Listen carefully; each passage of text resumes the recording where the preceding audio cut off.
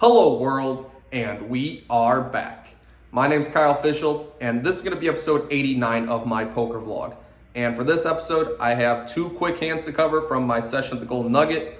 I wanted to do an entire video about it, but I just simply did not have enough notable hands to make an entire video about it. And then afterwards, we're going to go over a bunch of hands from a 2-2 live stream from Jacksonville. This Golden Nugget table was one of the most fun tables I've ever been at. It featured Frankie from Next Gen Poker, Harry from Harry B Poker, and Alex from Wolfgang Poker, and then myself. So without further ado, let's roll the tape. All right, so one of the few interesting hands from the Golden Nugget session was middle position player opens to $15. I'm on the button with Ace Jack offsuit. I raise to $40. Well, the big blind goes all in for about 120, and then it folds back to me. So being given a pretty good price in this hand, needing to call 80 to win about 160. Thinking a decent amount of the time I'll be against a medium pocket pair where I'll get a true 50-50, I decide that I'm definitely going to make the call. Really hoping to see a jack high board because I do think it's possible my opponent could have ace king, ace queen. When the flop is ace 3-10, I guess flopping an ace is good too. And when turn is a 7 and the river's an 8, it definitely was good as my opponent had pocket queens. So definitely a fortunate suck out on that one, but we'll definitely take it for a strong hand in this session.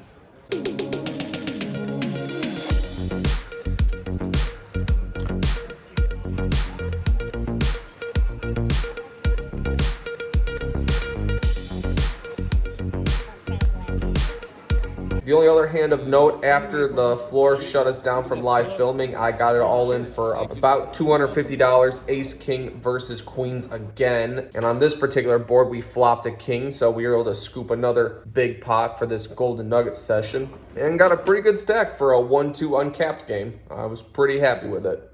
All right, y'all, welcome back. Best Bet Live returning on a Wednesday night.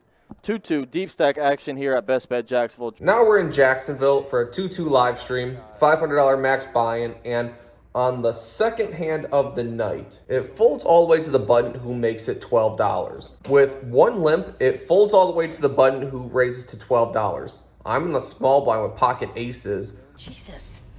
What? What are those? Definitely going to size up pretty big on this one. Don't really want any nonsense to be in this hand. So I 3-bet to $42. Well, the limper calls and the button calls as well. So we're going three ways to a flop of Jack, Jack, 10, 2 clubs. Definitely a board that would connect pretty heavily with my opponent's range. But as I'm first to act, I think it's just too weak to just check aces on this board. Sometimes my opponents are going to have a jack, but I can also get paid off by an ace king, ace queen, or 2 club type hand. So definitely not just going to check this board. I go for about a half pot size bet. I bet $65. And the opponent who limp called 42 decides to go all in for $118. Less than a min click. When it folds back to me, it's highly unlikely he has anything but a jack. I guess sometimes he could have king, queen of clubs specifically, but when it's only 50 to call a pot of about 300, I think I kind of just priced in, have to call this one. So I do a clearly reluctant just flick in, and my opponent's very happy to show me that he has queen jack. I can't improve, so the second hand of this live stream, I double a player up with pocket aces. Well, that's great. You should be very happy. Yeah, it's fantastic. He paid in fluke.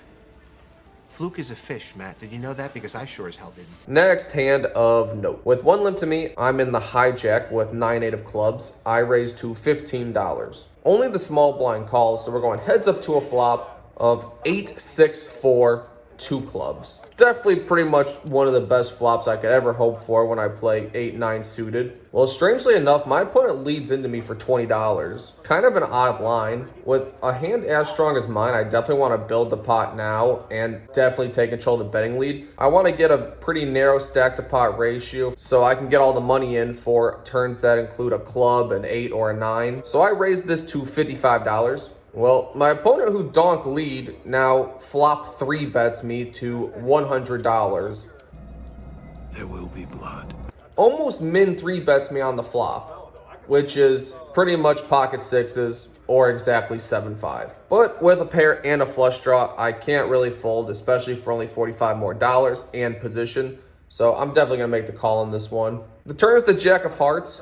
doesn't really change anything for either of our hands or our perceived ranges. So I'm expecting my opponent to fire again pretty heavily and kind of be forced to fold here most of the time. But I'm surprised that my opponent actually checks to me. So very thankful I get to see the river for free and hopefully bink my flush. Nope. Not going to do that. It's the ace of spades. And on this card, my opponent decides to bet a double-fisted $200 bet, which is really irritating based on my exact hand and the equity I flopped, but run out was not there for me this time, and I do a pretty frustrated, reluctant fold. Next interesting hand. An early position player raises to $12. There's one caller before it folds back to me on the small blind with queen nine of diamonds. Definitely going to complete this one. Suited queen. Happy to play this multi-way, so I make the call. Big blind calls as well, so we are 4 ways to a flop of queen nine deuce with 1 diamond as well. So having most of this board locked up, I'm feeling pretty good about it. I think I can happily check to my opponent, and hopefully a pre-flop aggressor will have some kind of ace queen, king queen, maybe a jack 10, something like that. Something where they can throw out a bet and I can get a check raise in on this flop. Unfortunately for me, on the flop, it checks all the way through. On the turn 6 of hearts, I'm definitely going to start building the pot myself. Can't let a hand this strong not get any value for it. So I start out with a $25 bet. And thankfully for me, both the big blind and one early position player decide to make the call. When the river is a 3 of spades and it's a complete brick, nothing really got there, none of the possible straight draws on the flop or turn. Very happy to go for another street. Maybe a queen X will pay me off, maybe a disbelieving 9. Either way, can't check this one through. I bet $60, and neither of my opponents felt too strongly about their hands. They both let their hands go. Tony Miles win a package? Tony Miles did win a package. That's what I thought. He did win a package. It's never a good sign when you're at the very bottom of the leaderboard for the results of a session. It's nothing. It's a small cut. I walked into a door. Matt? But either way, that's not going to slow us down or deter us. The table have been playing pretty passively at this point, so with an under-the-gun straddle, it folds all the way to me, and I'm in the cutoff with jack 9 offsuit. I'm going to raise this one pretty big here. Theoretically, I could just take it down right now and win all the dead money. So I raised to $21. Only the big blind makes the call, so we are heads up to a flop of ace 9 8, 2 diamonds. When it checks to me, I have a clear range advantage on this board. I should have all of the best aces most of the time. And when I do have the best aces, usually my opponent will have some kind of middling pair or flush draw that can pay me off. Additionally, having the jack of diamonds specifically gives me a lot of backdoor possibilities, so I'm happy to c-bet this one, both because of my range advantage and my literal hand. I bet $20. When my opponent calls, I definitely think I need a little bit of help on the turn. The 8 of clubs is definitely not a card that I'm happy with. My opponent could easily have called with just an 8, now making trips and having me drawing very, very thin. And he also could pretty easily have an ace no kicker, where now his kicker is less likely to matter by the end of the hand, so it's tougher for me to get him to fold it. Even though there's 2 flush draws out there that I could theoretically get value from, I don't really ever expect my opponent to have anything but an ace on this spot. So when he checks to me, I check it back. The river is one of the worst cards in the deck for me specifically. It is the jack of spades, partially because my literal hand improves just slightly to an okay 2 pair, but it's just a card that's going to get you in trouble a lot of the time. My opponent bets $45, and I'm definitely frustrated at this point. Wish the 8 didn't pair on the turn, but sometimes I think you just have to be disciplined, and even though you're running bad, just don't waste an extra $45 when you're pretty confident you're behind. Next interesting hand. I'm in early position with ace-king offsuit. I raised to $11. With no straddle in this hand, a lot of hands just being taken down pre. This is one where I definitely want to size down a little bit to definitely get at least someone in the hand with me when I have a premium. Well, the small blind calls, and then the big blind raises to 50. Now, this is actually a spot I'm really happy with. The specific player who 3-bet to 50 has had the widest and most frequent 3-betting range of anyone at the table. He has probably 3-bet 5 to 6 times across 2 hours, which is definitely higher than what I think it should be. So definitely thinking he is the loosest, most aggressive player at the table. This is a time where I'm 100% going to put in a 4-bet. I raised to $140. And maybe it's kind of an obvious tell that someone facing a 4-bet seems more interested in eating their food than playing the game, and, you know, doesn't seem too concerned at all. maybe you should take that into account when you're versing someone in a 4-bet pot. Right in front of you. Well, could you be a little bit more specific? What are you? Blind? Yeah. But either way, eventually my opponent makes the call. When the flop is Jack 8, 7, 2 clubs, I think this is a board where I could get my opponent off his hand a decent percentage of the time. If I got a hand like pocket 10s to fold here, it would be a great result. If I get a hand like Queen Jack, King Jack, possibly Ace Queen, Ace King to fold a chop, I'd say it's a pretty good result. I think some of the time my opponent's gonna have pocket queens here, and a very small portion of the time he's gonna fold. This is my first and only 4-bet of my entire session. I'm pretty much repping aces, kings, and queens here. Thinking I'll have a lot of credibility on this hand and can get some hands to fold, and when I'm called, take what I perceive as 2 outs twice. I decide to continue with my bluff and go all in. My opponent thinks for a little bit of time before calling, and I could not find an ace on this particular hand. Yep, definitely running into it today. Running into it a lot.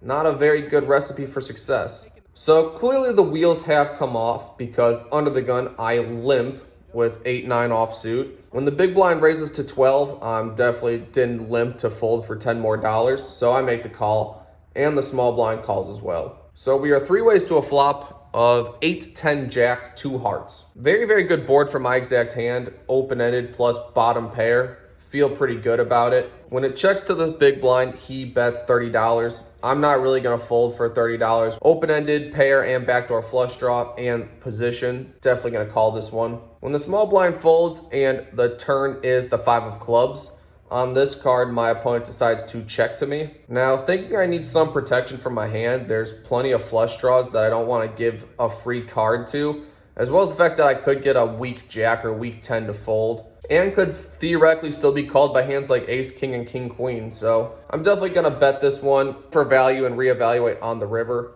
I bet $60. After a bit of thinking, my opponent decides to call. When the river is the Queen of clubs, and I actually make a hand, when my opponent checks to me, I definitely think he'll pay off a river bet of half pot size, partially because I just got stacked and I probably look as if I'm steaming. Any 1 pair and 2 pair type hands will probably pay off a river bet. So I want a sizing that's kind of big, but also pretty enticing to call. I bet $105. My opponent actually tanks for a decent amount of time before finally flicking it in and seeing that I rivered a straight. So a final hand of note. I button straight out to $4. With 3 calls to me, I have Ace Jack offsuit. Definitely going to size this one up as I'll get to play in position, and Ace Jack is likely the best hand at this point. I raise to $31. 2 of the limpers decide to call, so we are going 3 ways to a flop of Queen 8-3, 2 hearts. When it checks to me, this is a pretty unconnected board. There is a flush draw out there, and there are some Queen X's that probably are in my opponent's range. But I should have all the best Queen X's here, and when it checks to me, I think a C-bet's going to take this down a high percentage of the time. And I don't even need to bet too big with it because a flush draw is going to call anyway, and a queen's going to call anyway, and if my opponent's whiffed, they will likely just fold to any size anyway. So when it checks to me, I bet $30, hoping it looks very strong, very value heavy. Well, the big blind, who flopped a set on me again, min clicks it to 60. And I end the night with another semi-frustrating fold. So running into it is difficult. Running into very strong hands are gonna definitely hurt the bankroll, but it won't happen every time. So for this session, we play for 4 hours, and we leave the game with $592 less dollars than we entered, which, because it is a 4-hour stream, equates to $148 an hour in the negative and down 49 big blinds an hour. God damn it! If you have watched all the way to this point, thank you. I appreciate it. Please consider subscribing to my channel. It helps me out a great deal. And for those of you in the Tampa Bay area, I will be at the Hard Rock tomorrow, Friday the 30th. So if you're in the area, if you want to play a session with me, that's where I will be. And there will be more to come next week.